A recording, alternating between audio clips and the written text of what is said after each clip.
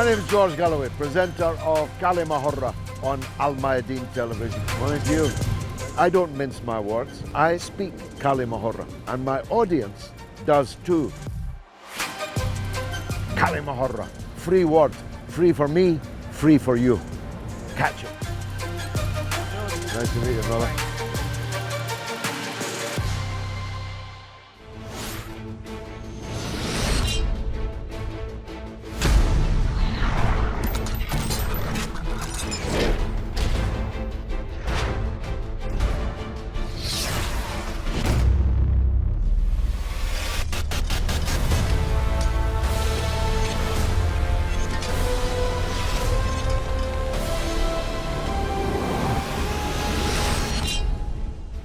Welcome to Kalima Hurra with me, George Galloway, on Al Mayadeen television. Coming to you from London, but discussing Pakistan, and in particular the removal from office of the popular Prime Minister Imran Khan, and the great bounce back that he might now be engaged upon. For the avoidance of doubt, I'm not an Imran Khan man. I spent more than 30 years literally at the side of the late Benazir Bhutto, the Prime Minister of Pakistan and the daughter of the great Pakistani leader and martyr Zulfikar Ali Bhutto. So I'm not your natural Imran Khan supporter. But I know an American-inspired regime change operation when I see one. I have, after all, seen a very large number of those. And the question we are posing this evening is, was Imran Khan removed as part of the normal internal political operations inside any country, or was he removed from abroad? And is, as he alleges, his usurpers merely a front, an imported government, imported by the United States of America, in retaliation, you may say, for his failure to support Western countries in their ostracism of Russia over Ukraine, and his traditional allegiance to Pakistan's relationship with China. Perhaps it's acceptable to the West for Pakistan to be an ally of China, but to be an ally of China and Russia at the same time may have been a step too far. Imran Khan was rudely removed from office just like that. They convened the court, which is normally a sleepy affair, hardly at its work before noon each day, at midnight to consolidate his overthrow. But since then, Imran Khan has embarked upon a nationwide series of rallies which are simply stunning in their scale. I'm talking crowds of millions of people, even in places that are not particularly his heartland. In Karachi, in Lahore, in all kinds of places some of you will never have heard of. He's packing hundreds of thousands, even millions of people onto the squares in what are called jalsas, great rallies that must be making the imported government's blood run cold. That's not to say there are not legitimate criticisms of Imran Khan. I have many of those myself. But maybe people are responding to his call because they're tired of Pakistan being used by the United States of America for its own geopolitical purposes, even when those purposes are quite obviously against the interests of Pakistan. It's against the interests of Pakistan for China's Belt and Road Initiative, for example, to be sabotaged. It's in the interests of Pakistan to have a close relationship with a booming Chinese economy. It's obviously against Pakistan's interest not to accept oil and gas and wheat from Russia at discount prices, because Pakistan's 220 million population needs these things.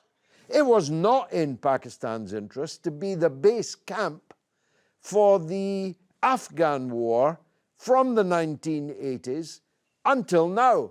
It flooded Pakistan with millions of refugees that nobody else pays for, as well as drugs and guns and crime of all kinds. And yet, that's what Pakistan was used for. Many Pakistanis, most I think, regard Pakistan as having been used and abused by United States power. And the removal of Imran Khan may, for them, have been the last straw. Imran Khan's great march throughout the country will culminate in a march on Islamabad itself. And as his demands are modest, free elections now, it's very hard to see how you muster an argument against that. After all, the Prime Minister has been removed. Let's have an election to pick a new one. That seems to me a demand whose time has come. But I'm just the enthusiastic amateur.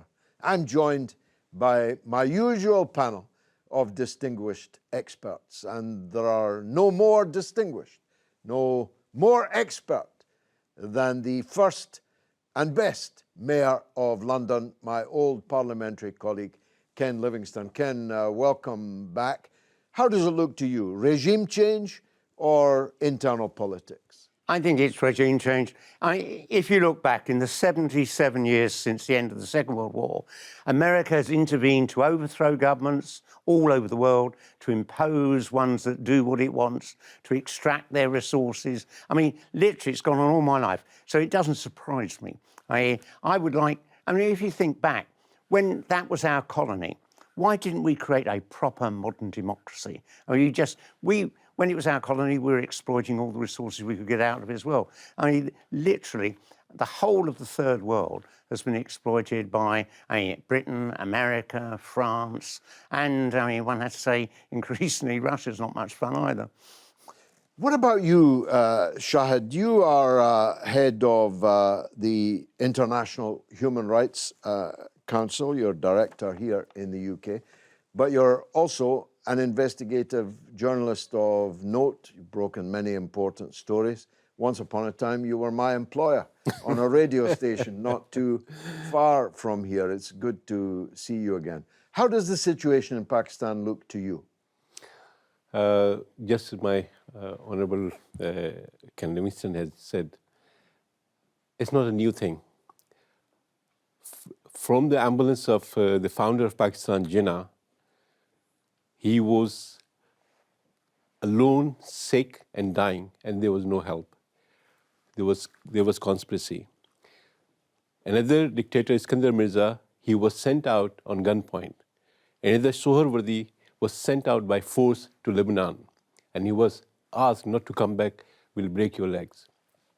Liaquat Ali Khan, Prime Minister, just because he had some interaction with, at that time, with Soviets, he was warned and then he was assassinated. And not only that, recently, a few years back, the person who assassinated Liaquat Ali Khan Akbar, the guy who was a killer, his family was protected in Pakistan with guards, and also the money the family was receiving was from this country. And then they went to America and the wife of the killer, so they were protected. They knew everything. Recently, some declassified documents said a lot about that. Then further on, the great leader, as you said, Zulfikar Bhutto, later on, not only his judicial killing, also if you look into Kissinger's interview some years back in Atlantic about breakup of Pakistan, he was informed by another dictator, Yahya Khan, that yes, we'll break up this country. And he told him in November, and the breakup happened in December. The conspiracy always was from, in many ways, after British interference, then went to American interference. Then you see all the dictators, they've been given medals in different form or others from America, and they were supported. I tell you, I've been involved in many, many ways, and you're a wonderful friend. Also, you've been honored by Pakistan for your services, great service, always been respected. We always respect you. We are not, I'm not your employer, I'm a follower of you. Your stance was always respected. And your observation about Pakistan and your involvement with Pakistani issues, we all know, and you know well how Benazir was assassinated. It was a British-American conspiracy.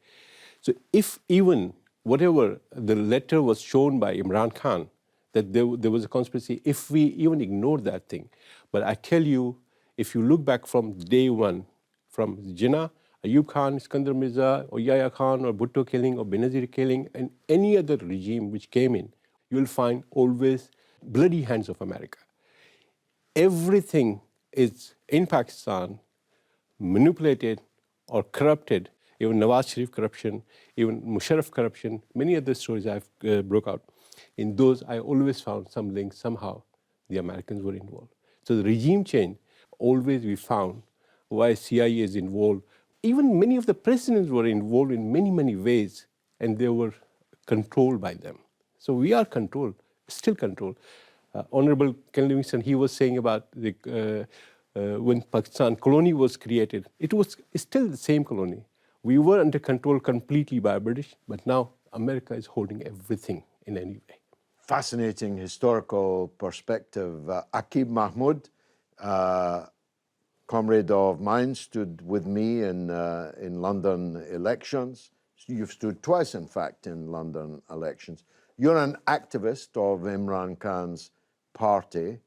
I presume that you think he can make a comeback. Am I right?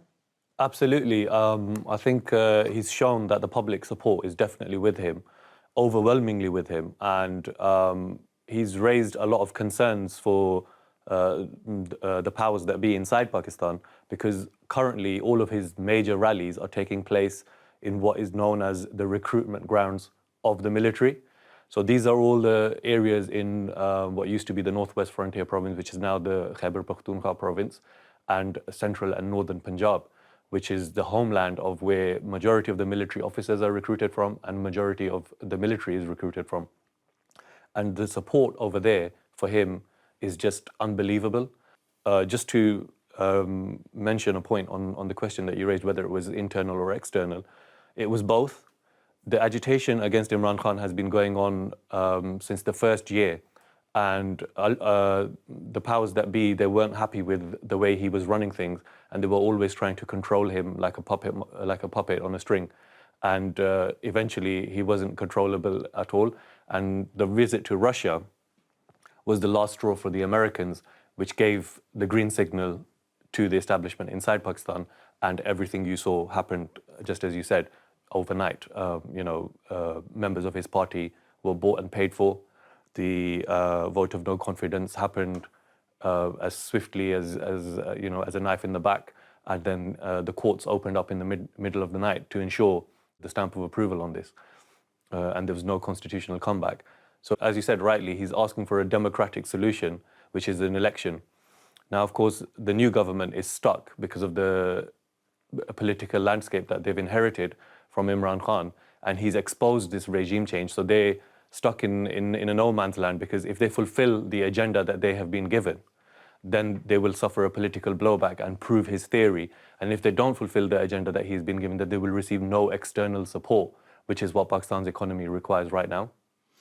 Now, I think we all know that the army ultimately decides if there's going to be an election, if a prime minister is going to be overthrown. I mean, one of the reasons I opposed the coup against Imran Khan is that I had to oppose all the previous coups.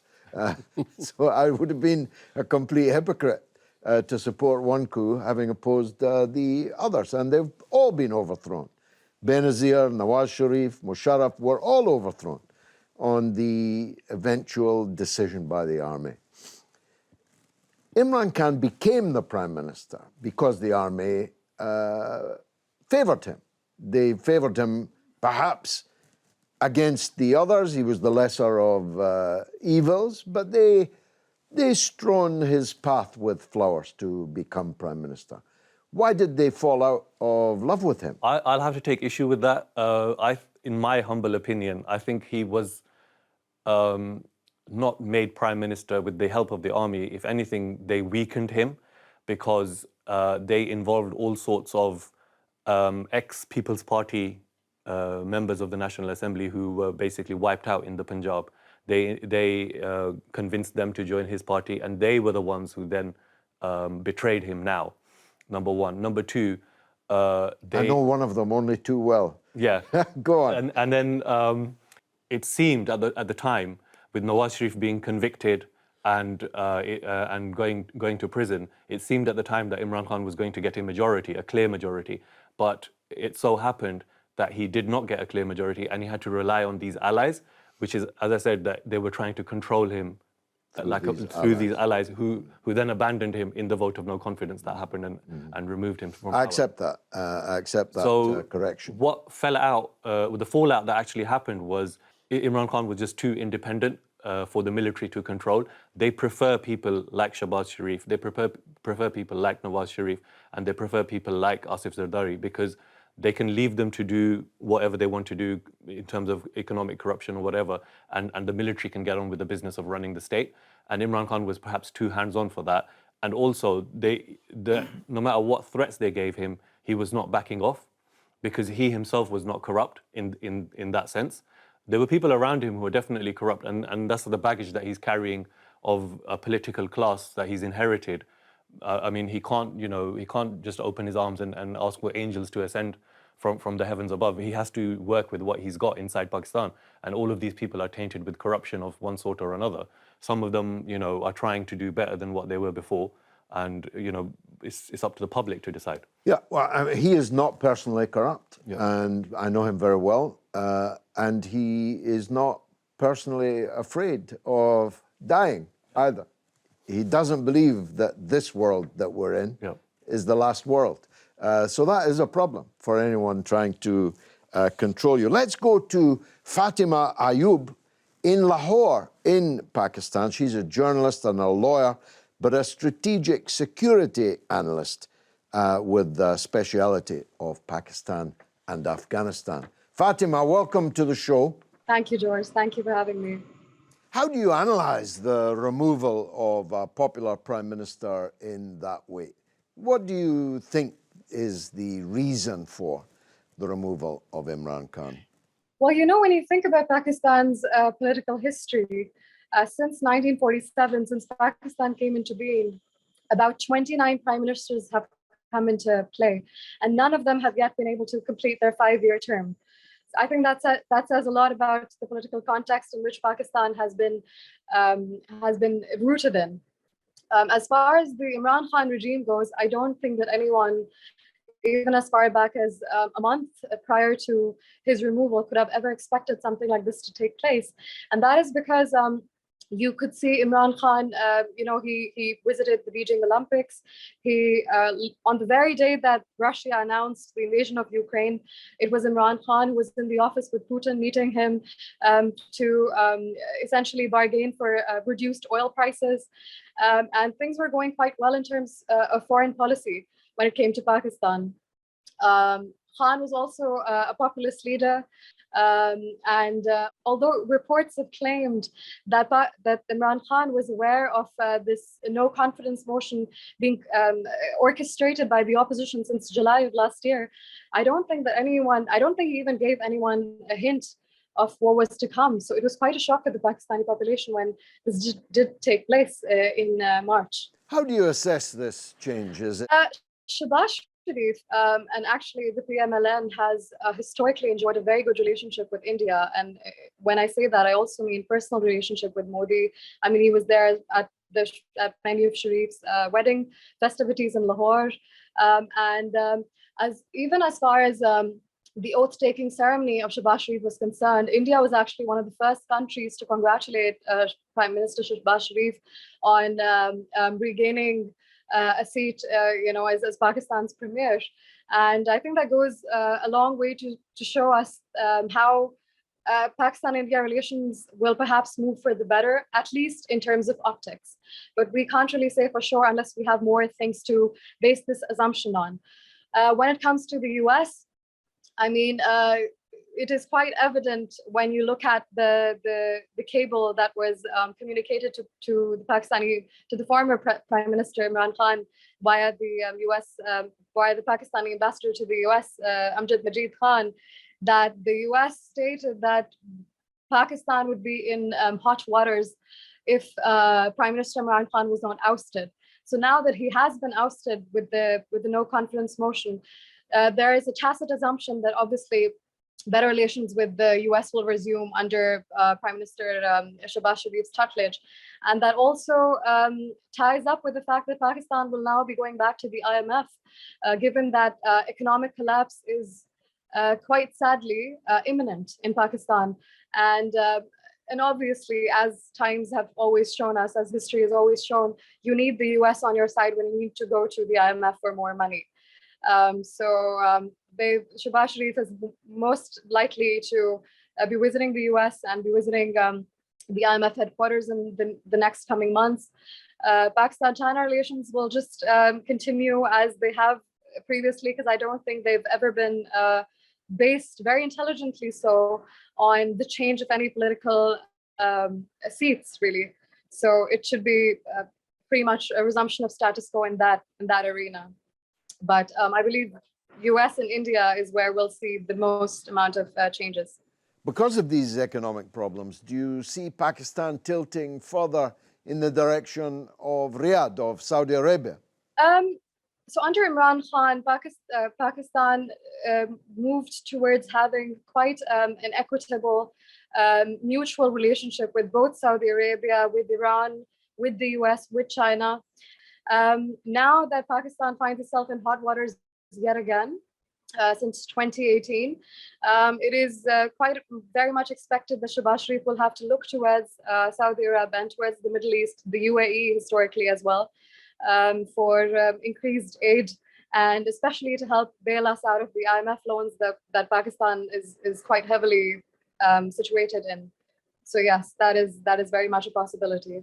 Given what you've said, do you think the chance of a general election is over for now? Or are you expecting this mass mobilization to prevail with elections soon?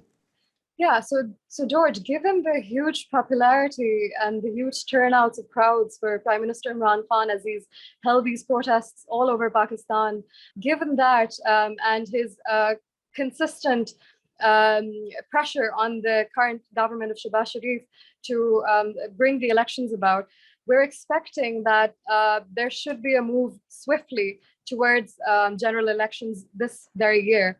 The Pakistan Election Commission has also announced that they'd be able to hold elections in October 2022. If there is no general election soon, then what happens next? Are we expecting these protests perhaps to turn violent? George, one of the more unfortunate things that have been happening in Pakistan is the mass media blackout under the current Shahbaz Sharif regime, and the mass blackout of the coverage of Prime Minister Imran Khan's various protests across Pakistan. There have been mass, very popular crowds have been gathering, like hundreds and thousands of people have been gathering, even in fringe cities like Jhelum and Attak. As well as other cities like Islamabad, Karachi, and Lahore, where Prime Minister Imran Khan has held jalsas or protests of hundreds and thousands of people. So it's a fair thing to observe and to say that people are definitely in favor of a general election to be held as soon as possible. I think part of that is also fueled by the fact that Pakistan is facing an extreme economic crisis. This was obviously also observed as part of Prime Minister Imran Khan's own government in the last year or so, where he had felt the need to go to the IMF. There was mass inflation. The Pakistani rupee has been faring really badly against the dollar. It is at its lowest that it has ever been against the dollar, which is rupees 193. And generally, there's been an increase in utility prices all over the country. So people are really, really feeling the heat of this political upheaval in Pakistan. And there are massive calls for the elections to be held as soon as possible. Yes. Fascinating stuff. More after the break. Stay tuned.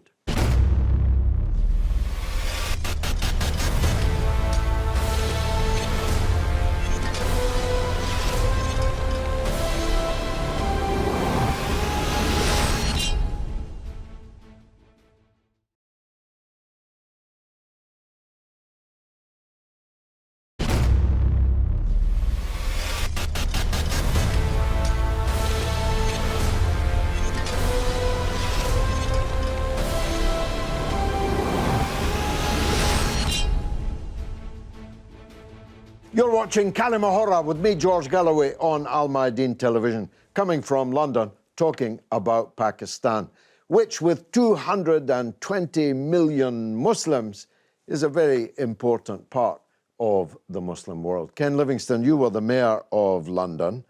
What is it about London that attracts these kleptocrats from what we call third world or developing countries? Pakistan is now being run from Mayfair. The ousted Prime Minister Nawaz Sharif, wanted on serious corruption charges, was allowed to come to London because his platelets were low. Now he's in one of many sumptuous Mayfair properties, effectively running a country of 220 million people. And Pakistan's not the only country where that happens. What is it that first attracts them to coming to live in London? Well, I think the situation, you look back over the last 40 years under our Prime Ministers Thatcher and Tony Blair and now, of course, Boris Johnson, we decriminalised all the dodgy financial dealings that people could do. And so now, I mean, we've got all this sort of, vast donations being made to the Tory party and then contracts awarded to the company that's doing all that. I mean, corruption has become legal. I mean, you wouldn't have got away with that in the 1950s. People would have been sent to prison. And I think this is the tragedy, that all over the world, things are getting worse. And a small, rich elite are paying virtually no tax. I mean, you actually look at the billionaires here in America pay virtually no tax at all. It's all money laundered through the Caribbean. Ordinary people are facing really painful tax increases, and they can't even afford to buy meals every day anymore. It's appalling. And I just can't believe, because I think of the world I grew up in, we were optimistic. Everything always got better. Now, I fear for my children and what the world's going to be like in 20 years for them. Shahid, the young lady from Lahore, speaking very powerfully, I must say, talked about media blackout, but the Pakistanis are very clever people. First of all, the millions that were at the rallies know that they were at them, and they know there were millions of others also at them. So not being able to be reported in Pakistani newspapers isn't much of a defense against that. But also social media is such that everyone in Pakistan knows that Imran Khan's on the march, don't they? Of course. I think people, those who think that they can black out in this time period, they are fools. The thing is, people have got access. I remember I was doing a study. I was in Pakistan for a council of newspaper editors, and there I came across with this, the way mobile phone and the telecommunication was developing. Everyone has got, they don't have food to eat, but they have got a mobile, and everybody follows that, and they have their own choices. And I think this change, this digital new world order kind of thing in Pakistan from China and other so many international companies involved, that gave them option to look through other means where they believe that there is some truth. And there also, this medium was also controlled by them. The regime changes, the real culprit. I tell you the fact, I have investigated so many big people about Pakistan, and I feel that they are not only just lesser evil, I feel that in comparison to the real culprits, they're just, even I know for truth, some 1,200 billion corruption money was laundered over here Nawaz Sharif and all that. I have got the proofs as well. And the documentary you must have seen on BBC. The thing is, even they seems like an ant in comparison to a camel. The camel is the one, those who are playing behind, those who are killing Prime Minister, those who are letting them be in exile, like Benazir. How many years she was in exile? How much she suffered? How much her family suffered? Similarly, many others. Even all of these, the worst of the worst, like Altaf Hussain, like even now Nawaz Sharif, all those, I feel like they're the lesser of the lesser evil. The real culprit, those who are multi-billionaires, they are behind that. And in this regime change, I tell you, I'm not in support of Imran. I've got so many things to talk about that. But that's not the point. You took the right point. Must have to condemn those who are the real problem maker in Pakistan. And they are the Americans mainly, or the foreigners, those who are interfering in Pakistan.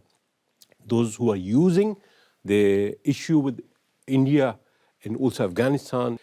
And they are the ones, those who are mainly behind this corruption.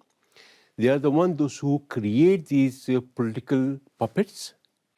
In Karachi only, during 85 till 2013, when I was in Karachi, I read a report, I spoke to, the famous philanthropist, Eidi, Maulana Eidi. One of his administrators told me when he was tying a note on a dead body, he wrote 278,873. I said, what is this number? He said, this is the number, last number today. Since 85, I've buried in Karachi as unknown death. And can you imagine, in Karachi, if I calculate all the, 500,000 people were killed for no reason. Forget about corruption. Corruption is nothing for me. Almost 40% of them were the youths, not more than 16 to 22. All these kind of things. Then you look into those jihadis and all those. They were created, even in the elections, just last election, so many people, so many political leaders were killed in Khyber Pakhtunkhwa. So many other people were killed. So they control. And in this whole chain, removing Imran Khan, the worst of the worst thing happened to Pakistan is people now know only that political people are corrupt. They don't know who the real corrupt are. I know for a fact, if you look into Panama paper or any other papers, you'll find only 5% are known as political people, remaining are all linked somehow with the families or the links with the generals. Even in Nawaz Sharif case, the major outcome was there was drug money involved, and behind that, all generals, those who use Afghan funds to launder money outside, they bought properties. Their name came up, nothing happened. We can debate, okay, he's corrupt, that is corrupt, all of this is corrupt, but who is controlling them? Who is making them as a puppet? So they are now completely hidden. The regime changer or the killer is only one section, which is known as establishment, which is in uniform. And they are the one, they are the multi-billionaire business people. They are where the funds are going, all the IMF funds, all the loans, everything came in the name of Afghan jihad and all. Where it has gone, not to the public. We found only, I remember 95, 97, 98, European Union drug report. More than 400 generals were involved in drug. And they are the billionaires, their sons are billionaires.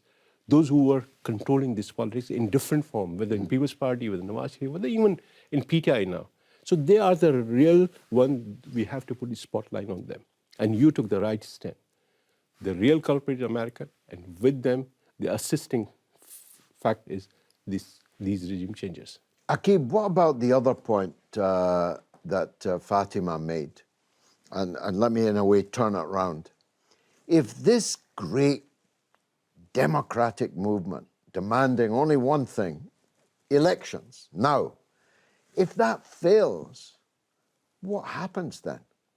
Well, it'll be the road to anarchy, because the doors of anarchy have already been opened by the establishment itself. So, as I mentioned earlier, that the establishment was trying to get rid of Imran Khan or trying to control him from day one. This recent vote of no confidence, which removed him, was the result of the third long march to Islamabad by the then opposition, which is now the government. The first one was designed to make one of the chief of army staff, no less, his relatives, business partners, make him the chief minister of the Punjab province, which is the largest and most populous, well, the most populous province. And he's the business partner of a residential empire, basically. And so, as Shahid mentioned, the corruption goes right the way to the very top. You know, these top elite generals are involved in all of the, own most of the land, and are busy making, you know, housing societies and billions of rupees off that. So the first one was done to do that.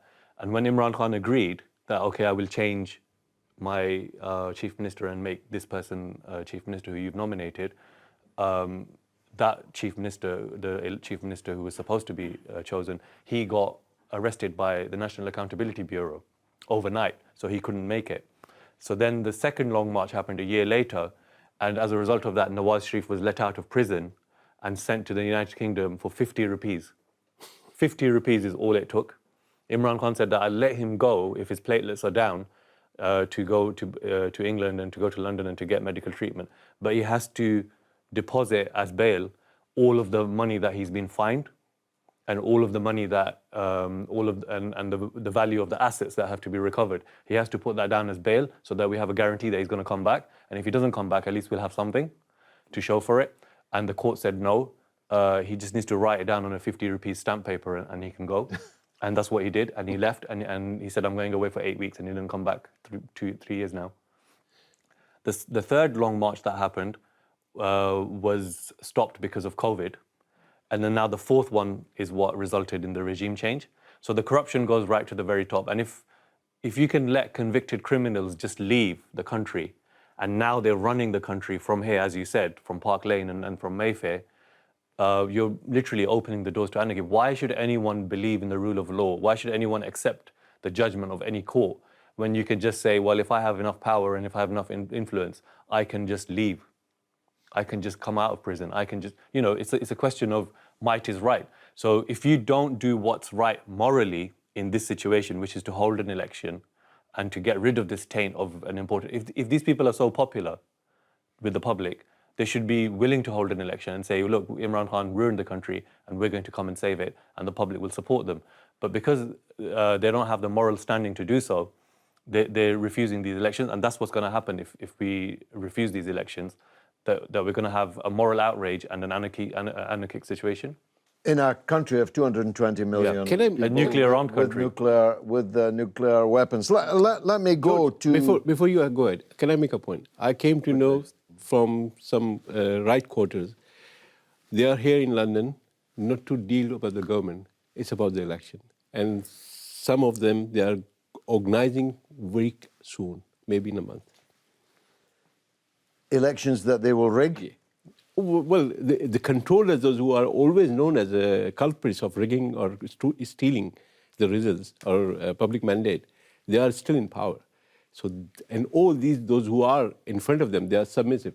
So they will submit, but the thing is, election will happen because they have to, for the face saving, to save those who are the regime change. The tidal wave of people on the street is so much that they can't resist. I want to hear from Asim Khan, who is a former president of Imran Khan's party, the PTI, in the UK. He's a technologist by profession, as well as a poet. Asim, welcome to the show. Thank you for having me. Why was the US so keen on removing Prime Minister Imran Khan? I think there has always been, historically speaking, attempts by US in various regions, places in Latin America during the Cold War era as well. The forms of interventions were different. Sometimes it's direct and sometimes it's indirect. And if you come back to Pakistan and the region Pakistan is in Southeast Asia, and there's a lot of things that are happening. I mean, in terms of the foreign policy, in terms of the shift, you look at China, you look at China-Russia relationship, Russia there, then obviously the Middle Eastern countries. So there is a lot of, I think, emphasis as well that US feels after departure from Afghanistan that for it to have any semblance of any role in that region, I think they really need to sort of kind of go after Pakistan as well. Now, with that sort of view, I think that the whole thing has sort of came around that Pakistan is trying to first to have an independent foreign policy, secondly to have a great and dynamic working relationship with China and Russia. Pakistan has always emphasized, Prime Minister Khan at that time was emphasizing that I think the time has come, instead of being part of one or unipolar world and all have our eggs with the US, we need to diversify our foreign policy as well. And it makes it easier for the rest of the world as well. Because then in that case, we do not have that perception of Pakistan being seen in the US camp.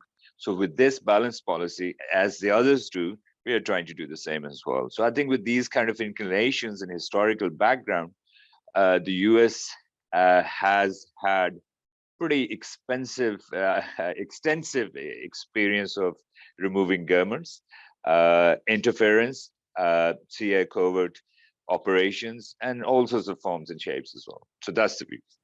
How do you assess this change? Is it an internal coup d'etat or an external regime change operation? I think it's, I mean, for these things to happen, basically, I mean, we got to understand that we are in 21st century. We are in a global village. We have technology at a very fast pace.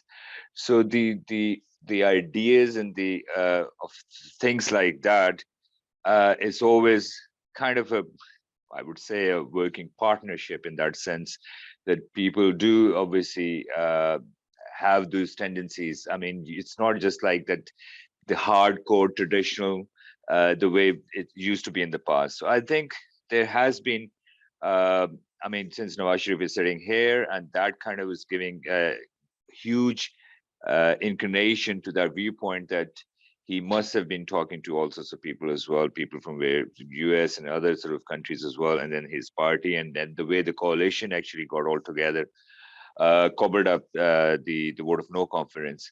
So I think it was both external and internal. You've just come back from Pakistan and you'll be returning soon. How do people there see what has happened? What do they think is going to happen next? I think it's kind of the first time the people of Pakistan are actually realizing that actually the politics of Pakistan has to change, not just in view of what's happened in the last few 2 months with Prime Minister Khan. I think they're finally realizing that the governments they bring in, the governments that want to do things on their behalf, those governments then don't. All those things, all the secrecy that is kept between them and the state. So people are actually getting slightly frustrated. They're asking questions, and why not? At the same time, they want this sort of stability where there is no, I mean, we do not want violence, or we do not want to follow the model which was followed up in Tunisia or Egypt or all the other sort of the spring revolutions. I mean, we want to have an economic stability and a revolution in that. But people are asking questions. I mean, you're going to be surprised that I belong from the rural belt, and in the rural belt, there are a lot of people who are asking questions. People of all ages. It's not just the youth. So they are asking questions. So basically, the kind of awareness has set in pretty deep that people want change, where the institutions are actually respect each other, working with each other, and for the delivery and the benefit of the people of Pakistan, not for their own good and not for their own benefit. The new Prime Minister of Pakistan and his son are both out on bail. I'm sorry, I have to laugh. Both out on bail, charged with very serious criminal offences. How can that happen? How can you appoint someone as Prime Minister who's out on bail? I think I think it works in Pakistan because our legal systems are we take huge amount of time and effort. Are morally speaking, it shouldn't be. It shouldn't be at all. I mean, if any politician or any party that has any even a whisper of a sort of an accusation on them, they should not be. But this is Pakistan, where all sorts of things have taken place before as well, and this is the Pakistan we want to uh, get away from and have proper concept of transparency and accountability. So, in relation to uh, Shahbaz Sharif and his son in Punjab, I think the courts have still not, the cases are going on. Finally, as a supporter of Imran Khan, what do you want to achieve? An election soon, is that it? I think the call of the party is actually that there needs to be a fresh mandate where people can exercise their will. Now, obviously, there are lots of issues as well that these guys obviously want to, as per my view, that they would want to delay the elections into to the next year. I don't think they would want to have the elections this year because they want to carry some the changes which we had brought in for the election rules. I think they want to reverse it. At the same time, they want to gather some stability because there's a lot of heat at the moment against them. So if they actually open up the elections now, in 3 months' time, they know that Khan will actually sway with 2/3 majority. So they want to delay that. But at the same time, they want to try to have some form of stability. I mean, with IMF negotiations and so on and so forth. At the same time, the law and order situation has to be maintained as well, because we do not want an outright violence and things like that. So it's pretty delicate, I would say, and there has to be some sanity to be prevailed as well. Well, there we have it. The government of Pakistan reads like the front page of the Police Gazette. Something like 60% of the members of Pakistan's federal cabinet are wanted criminals. They are people who are out on bail, oh, so interminable bail, for money laundering and crimes of economic corruption of an Everestian magnitude. No country in the world has ever had a government where the majority of the members were wanted for serious crimes. And yet they live and have lived lives of luxury here in London, rolling around in their stolen property. And as Ken Livingstone, the former mayor of London, has pointed out, all with the absolute equanimity and collaboration by the British government, which is forever lecturing others on good governance and on the rule of law and the rules-based order. The truth is, the Pakistani power elite now stands naked. And the big question is, and this is a question for those of us who believe in people's power, can the mass movement of millions of people on the street prevail over a powerful military, filthy rich, and backed by the United States of America?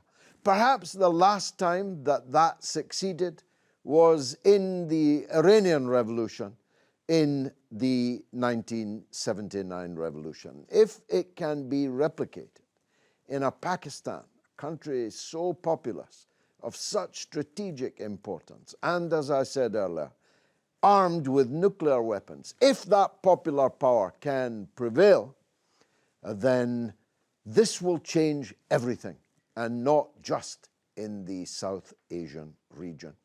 It's for that reason I nail my colours firmly to the mast of Imran Khan, at least as far as this goes. I want an election in Pakistan to elect a government of the Pakistani people's choosing. What happens after that is only a matter for them and not for anybody else. And I speak as someone who holds the two highest civil awards in Pakistan, given to me on the first occasion for my work in the movement for the restoration of democracy in Pakistan. I was in favor of the restoration of democracy in the 1970s and 80s. I sure am still in favor of it. I've been George Galloway. This has been Kali Mahora. Thank you for watching.